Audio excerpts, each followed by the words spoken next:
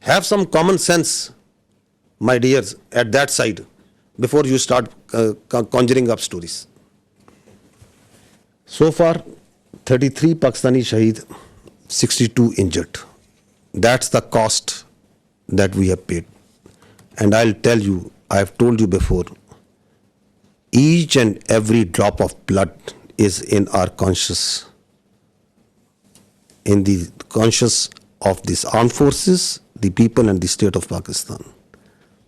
You can't get away with it. Thank you. Auzubillahi minash shaitanir rajeem. Bismillahir rahmanir rahim. Ladies and gentlemen, I am the Deputy Chief Air Operations. On behalf of the Chief of the Air Staff and the whole Pakistan Air Force, I would like to avail this opportunity to first of all thank Allah, the Almighty, and dedicate this historic face-off to the Pakistani nation for their trust and faith in the armed forces.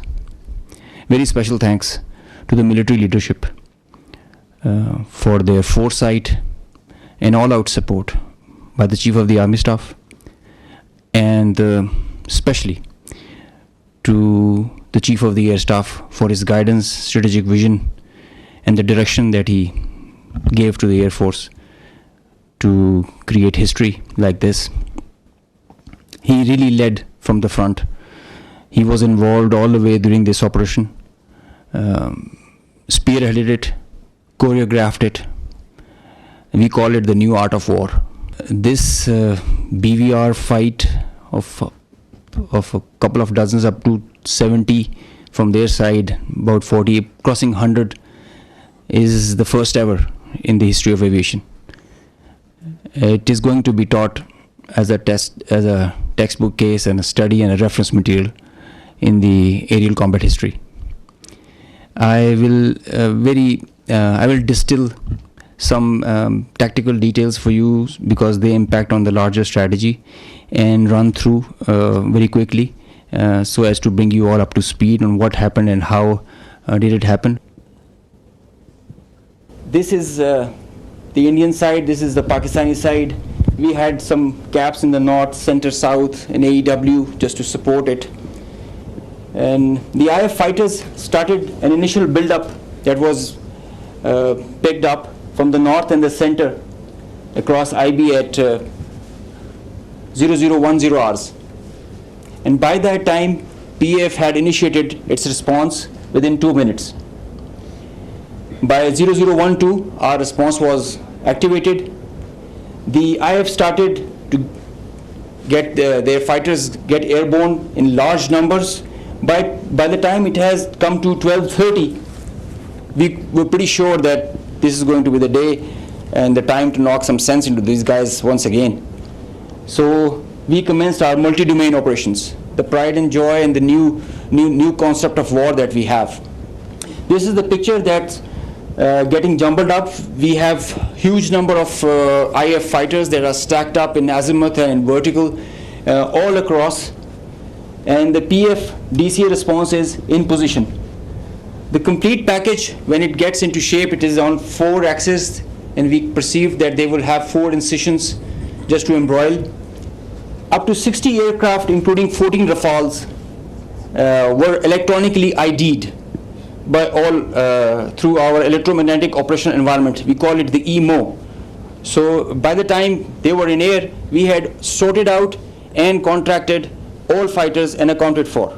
The 60 number, that augmented to 72 through their scrambles that kept on coming just to reinforce and supplement and to saturate the air defense. They thought they could do that for the Pakistani ADGE, air defense ground environment.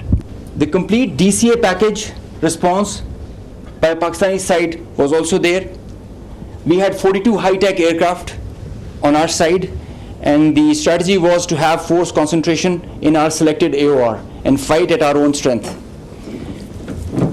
PF fighters ensured Pakistan's air sovereignty, and because of that, we first rerouted all civilian traffic that was about to go from Lahore, Islamabad, and this area, because we thought that this is going to be the hot plate. So we wanted safety for all the civil airliners.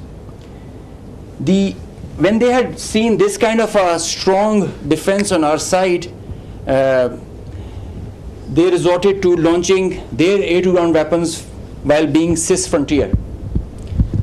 And as soon as they had launched the weapons, we could ID that instantly. And the Chief of the Air Staff, as I mentioned, he was in the COC. He has been there for a couple of nights. I have seen him there. So when I said that he spearheaded and he led from the front, he really did that. And he changed the contract. We were given the rules of engagement first to deter. And as soon as this thing happened, we changed our rules of the game in the air. From deter to assure kill, deny own loss. PAF strategy changed. We had a plan. We thought that Indians, the last time they said that they would have Rafales and they could have created any difference.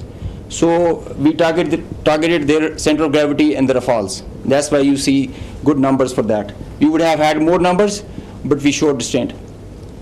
Ladies and gentlemen, the thing about this whole playtime was this thing lasted for more than an hour. With so many large number of aircraft, so many large number of aircraft on both sides, with so many grinds, and the flow of the BVR, the modern warfare has changed so much that the long stick, the employment is if you don't shoot, you get shot. So that is why the art was to employ them optimally, and that was a big challenge for us. That is why I say that it has never happened before. These are the locations with the range bearing, electronic ID, that we think that we are sure that we have shot. A MiG-29 was shot 8 miles from LOC, bearing 24320 nautical miles from Srinagar. A Su-30 was shot 192, 19 miles, 25 miles from LOC. We have the exact details because you cannot, in the modern battlefield, you cannot conjure up things out of imagination. You have an electronic ID. The aircraft gets picked up by his data link. As soon as you put on your radar, you show yourself, and nobody can hide, nobody can deny that. A Rafale was shot 54 miles from LOC in Srinagar. So you can have all these details. We have exact range bearings because and when you employ your weapon, you know exactly when the missile is getting active, when it is getting and the blip is disappearing, which is verified as you get down for the debrief. So none of the claims have any fat in them. So they are pretty clear, pretty concise, pretty accurate. And I have a audio from a Rafale formation that I will share. The call sign is Godzilla. As soon as those animals are extinct, so this one also got extinct. Please play. So he's asking whereabouts of his formation member.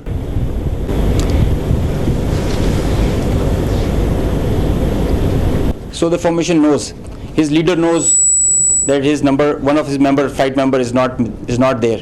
They have an RT. This is the original RT that they are exchanging, and they're asking about his position. He's giving his own operations as fine, but he has claims that I've seen an explosion in the air.